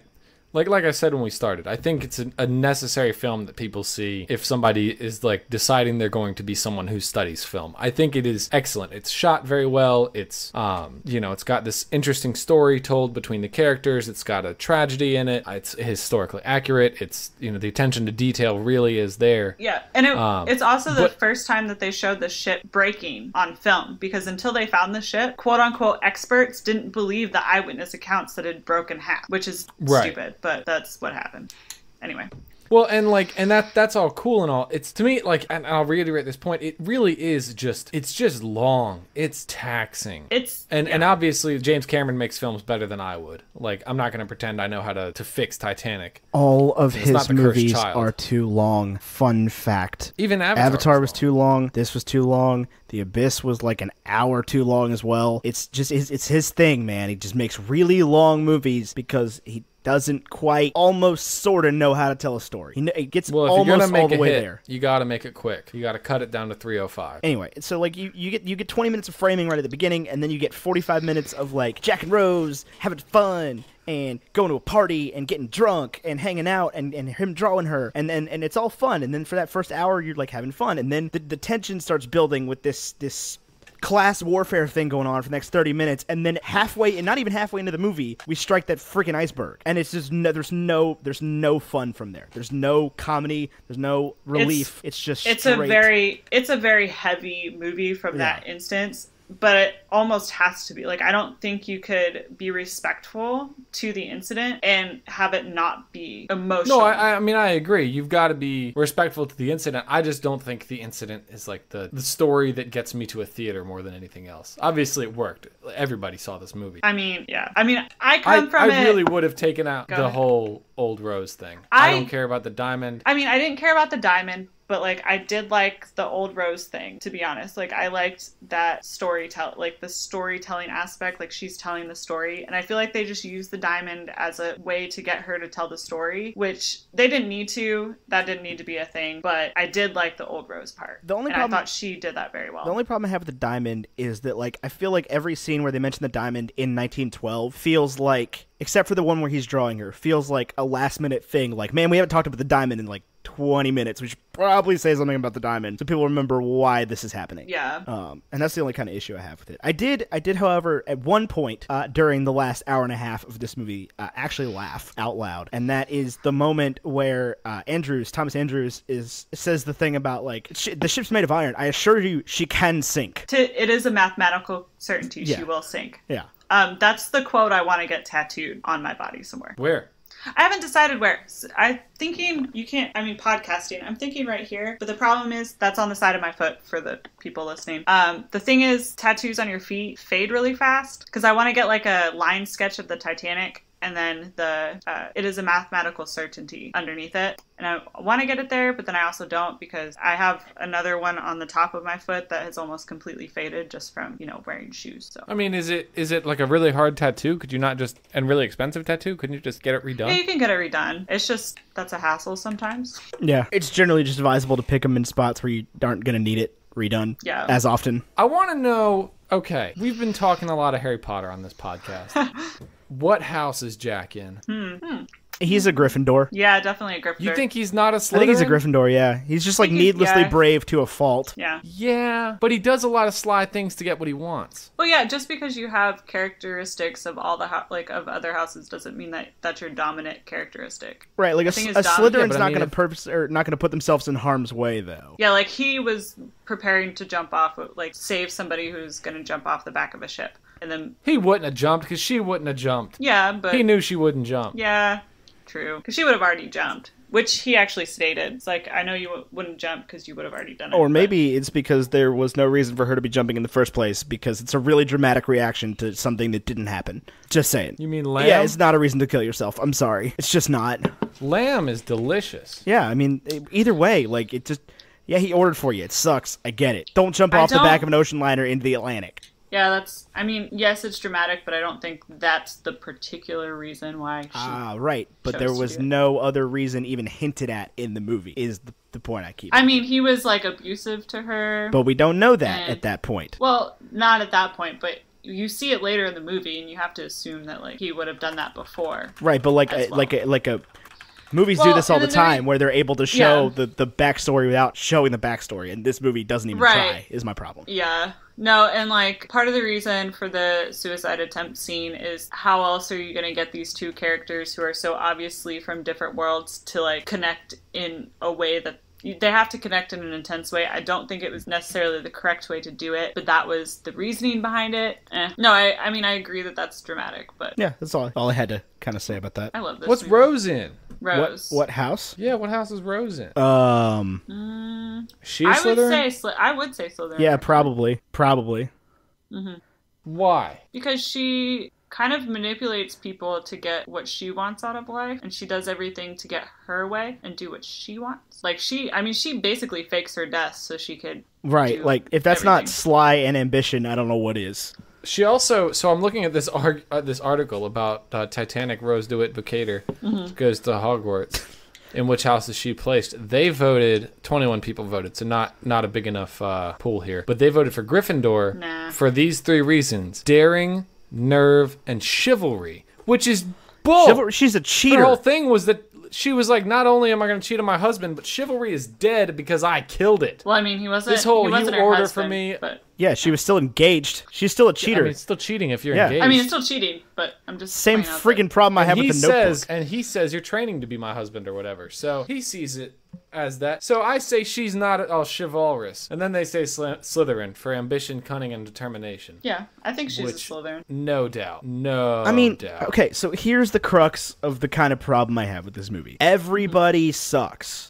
Rose sucks, Jack sucks, the mom sucks, Cal sucks, like Ismay sucks, the captain sucks, Murdoch sucks, clearly. Freaking Andrews sucks less than the rest of them, but he still just wasn't raising the alarm even though he knew they were doomed. Yeah, I mean, why would you? Because then they could have, people would have actually gotten on the lifeboats. Just women and children, bro. It would, yeah.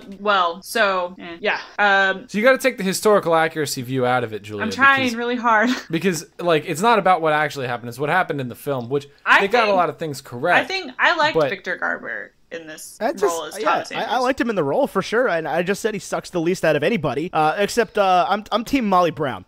The unsinkable Molly Brown. The only woman who's sitting there like, hey, can we go back for some of these people that are dying in the water? And the guy makes a good point about, like, them swarming the lifeboats, but, like, seriously, do something. No, yeah, and I love her. My mom went to, like, Denver. She has a house in Denver, and my mom was there for whatever reason, and she just sent me a picture, and she's like, it's Molly Brown's house. Although, apparently nobody actually called her Molly, but her name's Margaret. The unsinkable Peggy Brown. Maggie Brown. Maggie? That's So is Margaret, right? so is Peggy. Yeah. It is? Is it really? Yep. I don't know. Learn something new every day. Yep. Anyway, I like her. I like Andrews, like I said, more than anybody else, especially with that really sad line where he's just like, "Oh, Rose, I wish I could have built you a stronger and safer ship." Oh my gosh. I cried. And I was just like... I mean, I cried a lot in this movie. I didn't cry at all. I'll be honest with you. I cried. I cried mostly over the Rose and Jack thing. I mean, the ship sank. I mean, I think every other death in that movie was tougher than Jack, honestly. I he mean, just kind of honest, froze to death quietly. Most people, I mean, I know we're... Yeah, most of the deaths on screen froze to Right, death but quietly. like most of their faces most of them weren't clinging to a piece of wood going, "Never let go, Rose." I hate when people are like, there was room for him on that, There wasn't. that door. So didn't they do a Mythbusters They thing? did. And they proved that there wasn't? They did. Like it wouldn't have Not worked? only, they tried it in the movie. Was nobody watching the movie where they both tried to get on it Yeah. and he can't get on it? Because of the weight. It had more to do with weight than size. Yeah, she was already sort of under the water on that piece of wood anyway. Yeah. And that's the... So it would have been like a boogie board. Yeah, I mean, I think And, a like, boogie board probably would have worked better. Yeah, and the only If you ever way try to like, sink a you boogie would've board, it's not survived. easy. Yeah, but you can sit on a boogie board under the water. Yeah. I mean, the most important thing was for her to be as much out of the water because that was the only way that she would have survived. Right, that's the only way Because she survived. the people who survived were, with the exception of the baker, who we spoke of earlier. He's a weird exception. He's to, a like, warlock. like, something weird was He going can on there. sink ships. I'm telling you, he had Andrews under the Imperious Curse and created a flaw in the ship and then steered it straight into the iceberg. Oh. Well, Straight in the side of the iceberg. Oh my gosh, that scene though, where you see Murdoch just watching and like the lookouts just watching, like going, oh my gosh, like why aren't they turning? That was the most tense scene. Like this last time I watched it, I'm like, oh my gosh, are they gonna, I know it's gonna happen. Like I know they hit the iceberg, but I'm just sitting there going, are they gonna turn? What's gonna happen? Oh my gosh. Is it really gonna sink? It really does sink. My dad asked me every time this movie like every time I watch this movie, which is a few times, a lot. It's like, oh, did the ship still sink at the end? Dad jokes. That's the I best. love Mr. Kendall. Him and his pancakes. Oh, I told him about the pancakes, and his response was, well, I like them. Nobody else in my family likes the pancakes. I mean... Yeah, but I mean, does he like the Phantom Menace? Oh, I didn't ask him. I should ask him That's the real important follow-up that. question. That's true. I should ask him that. I know he did not like The Last Jedi. He was... I can't handle Dr. Kendall anymore. I mean, he didn't Dr. hate... Kendall, He right? didn't... Yeah, it's Dr. Kendall. I mean, he didn't hate it the way some people hate it. He just was like, yeah, okay. I didn't really like it that much. But, I mean, I loved The Last Jedi. Oh, I did too. I take to Twitter to defend The Last Jedi regularly. I mean, The problem is people are always comparing it to the prequels, and I also love the It's prequels. better than any of the prequels by a long, long shot. Well, Yes, it is. people complained about The Force Awakens being too much like A New Hope. And then they do something different in The Last Jedi, and then people complain because it's too different. Star Wars The people... fans... Star Wars fans are the worst. The I people mean, don't Julia, want I anything. can tell you, I can tell you the solution to that problem, Julia, is, have you ever read Goldilocks? Yes. Where, so it can be too hot, it can be too cold, or it can be just right. And they want it just right. Okay, but they're rude. And They're very rude. I think the like correct them. answer is to just stop making Star Wars movies. If you're going to try to please everybody, the only answer is to never make another Star Wars movie. I mean, but I want more. I will revolt. Will you? No. I mean, if But they I do if want they had more. never made The Force Awakens, like I would have like been okay. Obviously, I like it. I would have been okay, but I'm better Yeah, for The Force it. Awakens is my favorite Star Wars movie. Easily. It's so Yeah, good. I agree. I had to think It's about it for a everything that second. was good about the original trilogy plus a good story. Mm-hmm. Just, people that don't like the sequels make me mad. I'm just saying. People who are like quote unquote real Star Wars fans who like run people off social media piss Yeah, me those off. those are the worst humans. Like Star Wars, I think they have a lot of great fans. They also have the worst. Star fans. Wars has the worst Yeah. fans? Yeah, I do. I think the San Francisco I mean, 49ers out of are the anybody in worst football, yeah, no, it's not the 49ers. No, you're saying that my family is 49ers. It's probably like the Eagles, followed by the Patriots, followed by the Redskins. fans. No, definitely not the Skins. Definitely the Cowboys and the Giants before the Skins. I would take Giants and The Cowboys Cow- fans. I would take Giants and Cowboys fans over Redskins fans any day in a heartbeat because they're rude and they're fair-weather fans. Dallas Cowboys fans are not fair-weather fans. Whatever you want to say about them. They are not. They are very vocal about their thoughts that the Cowboys will do really good. Eventually. Every Cowboys fan has an Emmitt Smith jersey, and they were just waiting for the day that Ezekiel Elliott got drafted, so they had Emmitt Smith too. The Dallas Cowboys is a real love fan football. base. Like whatever team you're a fan of, Cowboys fans get too much disrespect. I live like 20 minutes from the Cowboys Stadium. And your parents are Niners fans? My parents are from California. And my parents don't live Oh. 20 minutes from the Dallas Cowboys Stadium because they don't live with me. That's true. Washington fans only care about the teams when the teams are doing okay. That's the thing. Let me tell you, I've been a Capitals fan? What's the hockey team? I've been a Capitals fan. You've been a Capitals fan since the day they won the Stanley Cup. That's exactly right. And the games leading I'm up a Texas to it. Rangers fan. I'm a Texas Rangers fan. That's baseball, I've right? been a Nats fan my whole life. They didn't even have the Nats when you were a kid. I wouldn't say I've been a Nats fan my whole life. I'm not saying you. I'm saying yeah, Nats I was a fans. Sox fan until I went to a Twins game. I'm a Texas Rangers fan. They are not doing well right now at all. I always liked the Rangers. I liked A-Rod before he went to New York. Oh, gosh. You want to talk about the worst. The New York Yankees. The pinstripes are all that they see. Those Yankees. You know, I'm technically from Massachusetts, right? Yeah, and I love that dirty water. Oh, Boston, you're my home. Oh, I'm not from Boston. But Massachusetts people cheer for the Red Sox, not the Yankees. Well, you said Yankees, and I thought of a whole different... Yeah, which is a play about the Yankees. Well, sorta. It's a play that talks about the Yankees. I identify as a Texan. I've lived here for over 20 years. 22 years. So I think that qualifies me as a Texan. Yeah, that qualifies you as a Texan. I identify as a Virginian, and we don't have any teams in Virginia, Oh, no. Therefore I can do whatever I want. What happens when I move to Virginia? If I move to Virginia? Then you can do whatever you Okay. want. I can tell you there's more Dallas Cowboys fans in Virginia than Redskins Dallas fans. I promise Cowboys you. fans are everywhere. I don't know, dude. Yeah, there's a lot of Dallas Cowboys fans out there. They are They're America's team, apparently. So, Titanic. Where are we in this discussion? I don't even know. I don't know. I have no idea. Big ship I love sank. this. Big ship sank. Well, I think we should just be upset that... I mean, so the Titanic was this time frames like JFK assassination or 9/11. Like, this was a big deal, and I think this movie gave it... Yeah, you have the love story, which is, you know... Here's my thoughts. If you're gonna say this is the 9/11 of 1912, then if in 2096 or whatever, they make a movie about 9/11 and it features a 17-year-old Romeo and Juliet love story, I will be unbelievably offended. Same. But 9/11 is a little bit different demographic from the Titanic. Meaning there were 17-year-olds on the Titanic. And I mean, there probably were 17-year-olds. Definitely 17-year-olds on the Twin Right. Towers. Let me tell you what. If they, I'm going to say something that might be considered offensive here. If they make a 3-hour and 15-minute long movie, a love story movie about the Twin Towers, an event that happened in moments, Yeah, I'm gonna could be see mad. that. Like, yes, there were 2 buildings that got hit, but they both went down pretty freaking and quick. they've already made movies about that, and honestly, I think it might have been too soon. I mean, they made a movie about Titanic. I in also think that 1915, so that one of the actors in it was Dorothy something or another, who was actually on the Titanic and wore the dress that she wore in the sinking, which is completely disrespectful. And also, people were not happy about the movie being made in 1915. Not really sure how that's disrespectful. Yeah, I don't see if the disrespect The reason there. you're touting I'm that curious. this one is being so good is accuracy. Because it was it was 2 years after, but Yeah, but 3 it's years her after dress. it happened. I don't know. And I mean, not the fact doesn't that seem she. I disrespectful think to me. making the movie was the disrespectful. I mean, part, making not the the fact that she movie- wore the dress. I was just throwing that in there for like context. But I mean, there was a lot of disrespectful things that happened after the sinking of the Titanic from people on the Titanic. So. Yeah, whatever. I feel like the people that were on the Titanic get to be as mad as they want to be. Well, yeah, I would write a that's strongly not what I worded was letter. talking about. Like, there were some passengers who were like taking like life jackets and taking pictures in life jackets, and while they were on the Carpathia, stuff of that nature. Which, I mean, that's the thing though about an event like this is like you don't get to tell the That's survivors true. how to be You're right. survivors You're of right. it. My bad. Like at all. My bad.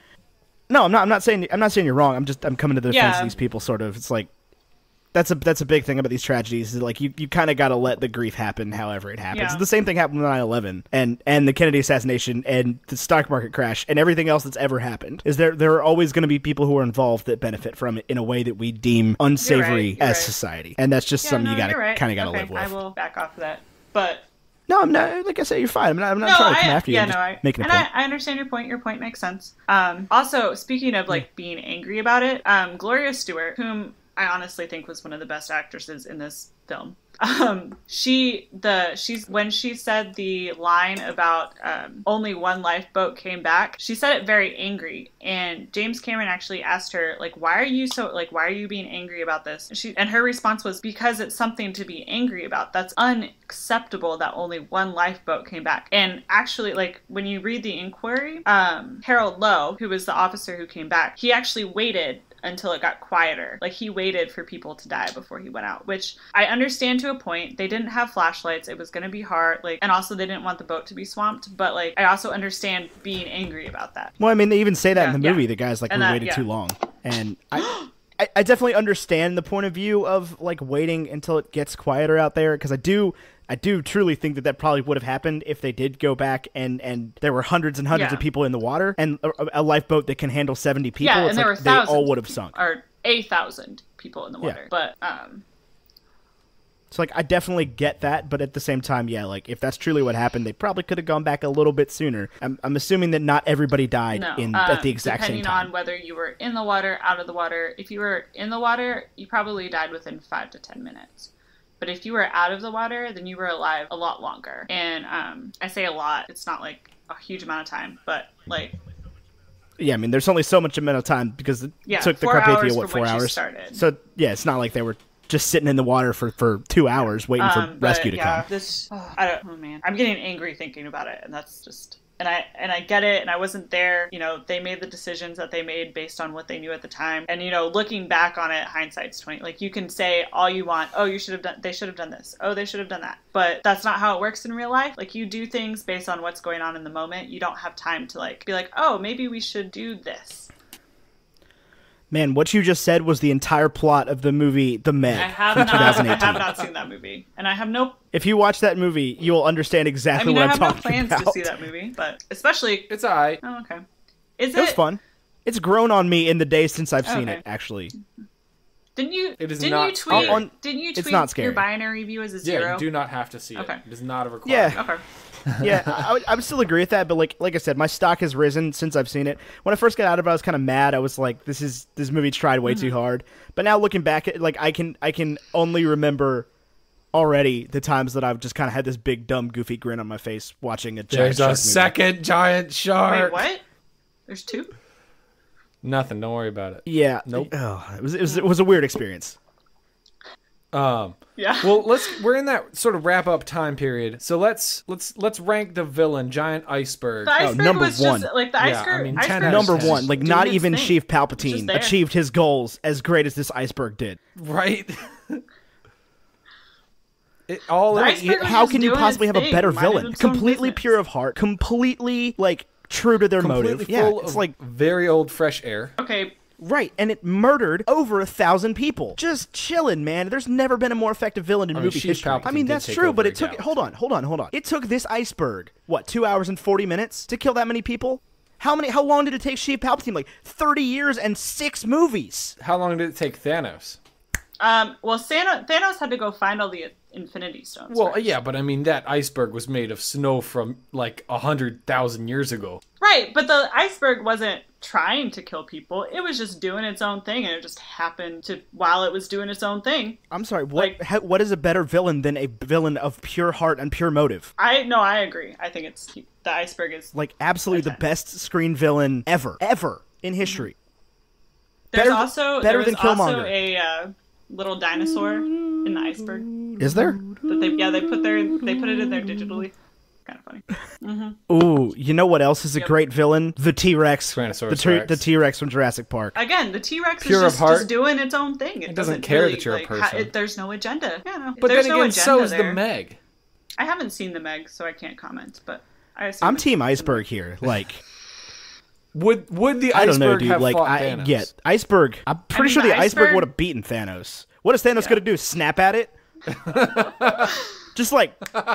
You could break a moon and throw fun it isn't something one considers when murdering an iceberg. But boy, does this put a smile on my face. Oh, Lord. Oh, yeah. Yeah, so I give the iceberg a 10 out of 10. 10 out of 10. Just phenomenal. The Joker wishes he could be that effective. You know, the Joker lights all that money on fire. You know what you can't light on fire? An iceberg. An iceberg. That's exactly right. So is the iceberg your new, like, ranking for... I mean, Villains. I don't know if we can change the scale. We might have to find something new for the bottom end if we do that. right. We'd have to find a new, because now it's not all Batman themed. Yeah, we'll work on We that. could keep it ice themed and make it Mr. Freeze from Batman and Robin. Mr. Freeze isn't that I don't terrible. know, he's pretty punny. Right, but he at least, like, he's true to himself. The whole problem with the whole problem with the Two-Face thing is the coin. We'll think of another villain to put at the bottom end with the iceberg from Titanic. We'll work on that. Is it Mothra? No, it's not Mothra. You can't put Mothra on the bottom end. Mothra kills Godzilla, bro.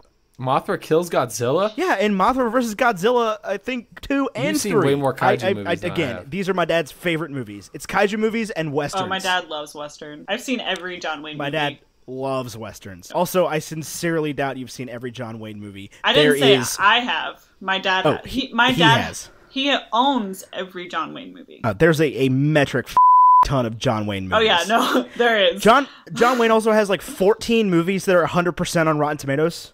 Oh really? Yeah. John Wayne actually paid to be in the movie. This is The a fun Alamo. fact. I did if you know that. Google how I did many know John that. Wayne movies there are, the result is at least 75. At least 75. I love the Google results are my favorite thing in the whole world. The official box that puts up there. Yeah. The other day I typed in how long and it auto-filled and gave me the runtime for The Incredibles 2. How long is The Incredibles 2? I'm going to guess It's like an hour and like 50 2 minutes. hours, I don't know, I 15 fell minutes? 15 minutes? I don't know. I fell asleep during that movie. It's just Yeah, no, I Incredibles was very 2, tired. 2 hours, 5 minutes. It's the longest Pixar I also movie, fell though. asleep under a table that day. Really? It happens. I mean, stuff Good day. happens. Good day. Good day, bad me. You know what drives me crazy about this Incredibles 2 poster is that Jack is in this, like, baby carrier on Mr. Incredible's chest. That never happens. No. Where they're fighting crime and he's in, like, a papoose? No, it doesn't happen. We talking Incredibles 2? Yeah, I was unimpressed. Oh. Anyway, yes. Also Titanic. That's weird because you fought pretty freaking hard for Did it. I? I don't remember doing that. I remember being like, I wanted more. Yeah. You were like, it deserves the rating it I got. don't know. I tend to agree with anything You know who Seamus else you says. agree with? John Negroni, even when he's wrong. About About Return of the Jedi? Return of the Jedi, which is, fun fact, All right, well- not listed as Star Wars Episode 8, Return of the Jedi, and is just listed as Return of the Jedi.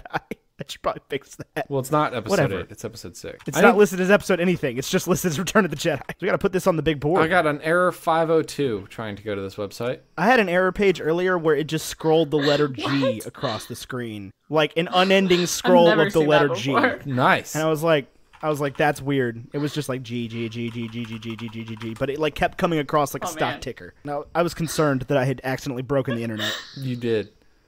I did. I'm sorry. Al Gore, I'm sorry. Let's see. What am I looking All right, for? we got to put this on the big the board. big board. The question is this better than the Phantom Are you Menace? really starting that low with it? I think you could go a little bit higher than the bottom. Is it better than Back to the Future Part 3? Yeah. Okay, Julia, yes. I feel like you're going to put it at 1. I mean, I mean, you I'll can. try to so- I'm trying to be objective, but I do think it's better. I mean, cinematography. Yeah, no, I totally agree with cinematography. Wise, I mean, it is up But there. that's just not how we being rank up this there. list. This would be a whole different list. Harry Potter and the Prisoner of Azkaban would be like I number know. I know. This is I got just. you. I'm Is it trying to better be than- hard, but this is Understand. my favorite movie, so Well, I'm just can jumping live with around. that. I understand. You said it's Go better ahead. than Part 3? I think so. two. I You didn't think like it's better than Solo. Solo, a Yeah, Star Wars I mean, story? well, okay. So here's I here's didn't my hate thinking is Solo, it's but I it's definitely love better than Solo. Where's Incredibles 2. Incredibles 2? 21. Okay, so you think, wow, that's better than the Avengers? No, no. This is what I'm talking about, sir. Wait a minute. I was actually about to say, Sir. comparing it to something that's equally, like, I just think huge based on the in way this scale, list do you think it's works, better than it's the like Avengers? I don't necessarily I don't know about the Avengers. I know it's better than Incredibles 2. I enjoyed it more than Incredibles 2. So you think it's better than Incredibles 2? I would agree Yeah, with you I'm there. like just gonna. I mean, you kind would of put it stay at out number of this one. 'cause I don't. Guardians is a weird I mean- one. I think actually above I Incredibles would, 2 is and where that's it the gets to thing. a Like, point it is where my I'm like, all-time favorite movie. For me, these this are is my number my one. favorite. But I Yeah, know like, that that's I'm not just how gonna this flat out works, so say I'm gonna- like I like this movie. I liked it a lot better this time that I watched Right. it. I don't think it's better than Star Wars, like the actual Star Wars movies. I say actual as being No, the and ones that's- that I and liked, that's not the perfectly ones that I fine. didn't like. No, and and that's fine. That's why I'm gonna like sit in the corner you- and cry after this because because I would there- rank it there- number one. There but are I don't do movies that. on this I don't list rank that I on my- love deeply that are just not where they deserve to be on this list in my eyes. Well, I think we made a plan that at the year 1 anniversary, we were Yes. gonna make some adjustments and then perhaps Make a new list. We're making a new list. I don't know. I'm throwing this at you right now. It's Okay, a fresh idea. Let's talk about that when we get to the year one year in review show. Python, hold up. Year in review Sunday brunch. Up, just in case you're curious. That's not the one that I think is going to fall. I think these aren't all numbered because HP7 doesn't have a number. Maybe it was HP8. But this would end up, if these numbers were correct, I think at the new 21. Just the disappointed side. Here's the thing. Well, here's my defense of myself. Is like Guardians of the Galaxy Volume 1 is the lowest rated movie on this list that I would say is one of my favorite movies. I did not like it as much as So we're in agreement then. I think that's still in the top 50%. Yeah. Actually, I think it comes right in at the middle. No, it's better than that. This will be like movie 23, and there will be, but this will be the movie we reviewed, like number 49. So it's a little bit better than 50%. No, it's fine. It's fine. I'm sorry, Julia. I do like your movie, and I think that like on an objective scale, it's probably I like it a lot better this time than I have ever liked it before. No, I know, and I knew this was going to happen, and I was trying to like prepare my. That's actually higher than I thought you guys would place it, so I'm happy. But this is the bacon and eggs list. I don't know. Where did you think we were going to put it? Well, the conversation that Ethan and I had about this was, I don't like this movie. From Ethan, I don't like this movie. I want you to convince me to like this movie, was the conversation before I watched it this time, this is a lot higher than I would have given it. You're absolutely right. I would have said before I watched it this time, I do not like Titanic. And I like it more now for watching I liked it a lot but more I than you still did, do not get it. Like, I can kind of see why people like it, but I don't. Spot, it's like, is interesting. I don't know. There's a lot of things that I'm having. A lot of things I really enjoyed about it. There's a lot of things I'm having trouble forgiving with it. I guess is where I'm coming down. Well, I think it's undeniably good. I think it's a movie that anybody would say is a good film. Like, I don't think that's a subjective discussion. Yeah. Never tried to say it wasn't a good movie. I know. I'm just letting the audience in general know. It's just like, I understand its place in cinema history. There's never been anything like it before, and there never has been anything since, until, God forbid, there's a new one. It's more historically accurate. Which I think we're maybe 10 years out from, honestly. I hope they don't, because I will be really They have like upset 4 Spider-Man worlds going on at once. mean, if they remake it. I get that, but at the same time, it's like nothing's off limits anymore. Clearly, it's just I know.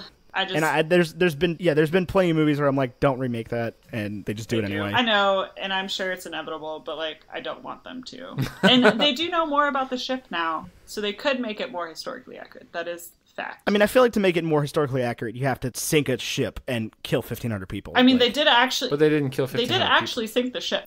No, I mean, float it out to the North Atlantic and bomb it. I think you gotta find the original iceberg. I think the original iceberg's probably like gone somewhere.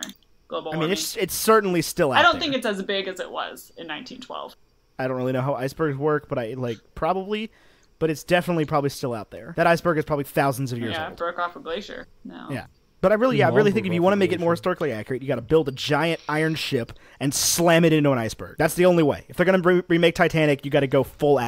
Just an actual documentary. One take, just ram the thing into an iceberg and see what happens. I mean, I don't think people would be okay with killing 1,500 people. No. You can do it without the people. Just robots. Just put robots on it. I'll never let go, Jack. I'll never let go, Jack. Yeah. You program the robots to do exactly what they did, either in history or in the movie, whatever you want to do with it, and then you ram it into an iceberg and just see what happens. It's not like anybody's using the North Atlantic anyway.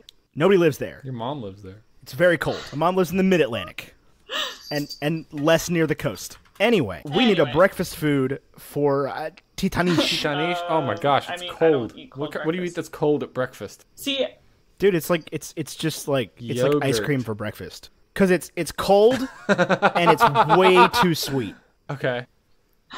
See, I went a completely different direction when I was thinking of breakfast food. Which I went with, so this is my go-to movie, definitely not everybody's. And my go-to breakfast is coffee with butter, MCT oil, and heavy whipping cream. You put butter in your coffee? Yes, How do you not know this? I literally emailed you that. I feel like, that's true, you did. I feel like as it came out this question has been answered in our Discord server, which you can join at patreon.com/baconandeggs for $5 a month. It's been answered hundreds of times. It is. It's a great Discord server. I'm in a few. It's a good one. But I understand the ice cream, too, for breakfast because it's cold and sweet. Does your dad make something else terrible for breakfast? I like both of these answers. I don't think I can pick one. But why would he make So, something I'm gonna terrible tweet. for this movie? Because Does he I make love anything this that's very movie. cold for breakfast? Like I was Eggo just waffles? wondering, like, My if your dad dad has doesn't- anything that's My- awful. We need the back I mean, my pocket dad- one for when we review Transformers My dad 3. really can't cook at all. Period. He makes decent French toast. That's kind of hard to mess up. And scrambled eggs. Hold on. Decent Hold French on. toast. That's a How, in the name of God's left, can he make French toast but not pancakes? Pancakes is just flour and water. I mean, the pancakes... Well, that's not true. The Okay. pancake issue isn't the batter. It's the cook time of the pancakes, which is the problem. Does he make them gooey or does he make Gooey. them hard? Oh, I He love does gooey not- pancakes. No, don't do that. That's disgusting. It's actually delicious, is what it No, is. so you might like my dad's pancakes. Oh man, me and Dr. Kendall need to sit down for a lunch and learn. Gooey pancakes, the future of pancakedom. I had to learn that other You people need don't to like cook the gooey Yeah, pancake pancakes. all you the gotta way cook the through. pancake Medium all the rare, way great for through. steak, bad for a pancake. No, No, other that's people. disgusting. No, you need a gooey pancake. No, it's not. No, it's No. delicious. Put a little vanilla, a little cinnamon sugar. You don't put a little vanilla. You put a whole canister of vanilla in your The batter's pancakes. delicious. That's why you It's like just the cake batter. No, it's not. Because hold on, listeners, I've watched Tyler make pancakes. He's made me pancakes plenty of times, and I've watched this man be like, just a little vanilla, just squirt. That is not true. Maybe it was in college, but now I pour just into the cap, and then my I goodness. dip, and then I dunk, and then I tip Ugh. the cap like a shot, like a shot of vanilla. Ugh. I was just Not a imagining full a shot of vanilla extract, like a shot glass, just like, damn that. Oh God! I have a cat. Oh, that would be Oh terrible. my god. But yeah, medium rare pancakes are Medium my rare stuff. pancakes. Actually, probably like rare would be my go-to. How do you like your eggs? Blue No, the rare? problem is, I suck, and I like when I'm cooking them. I only use one plate. There's a sound bite right there. Oh, The problem is, I suck. oh man. Leave the little gap of space in there. The people need that. Let's thank you. You never even finished that thought. I only use one plate, and my wife likes well done pancakes. Apparently, like everyone else. Maybe just I don't know about well done. It's just like done. Done. I like my pancakes complete. Anyway, Finished. she likes them however you crazy people like them.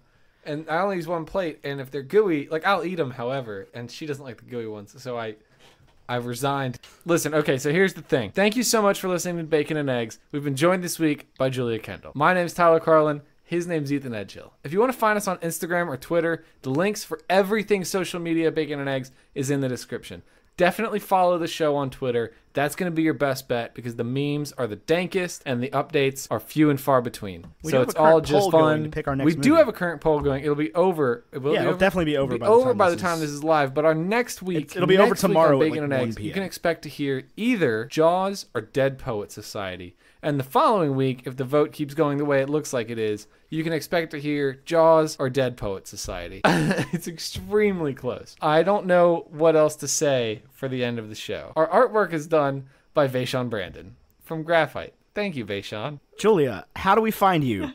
You can find me on YouTube at Julia Goes, one word. And I also have a vlog channel, which both of you guys have been on, which is Julia Goes Traveling. Again, all one word. You can find me on Twitter at Julia Goes Texas and on Instagram at JuliaGulia2009. Thank you again for listening to another episode of Bacon and Eggs. I've been Ethan Edgehill, he's been Tyler Carlin, and she's been Julia Kendall. And until next week, arrivederci. A woman's heart is a deep ocean of secrets. The problem is, I suck.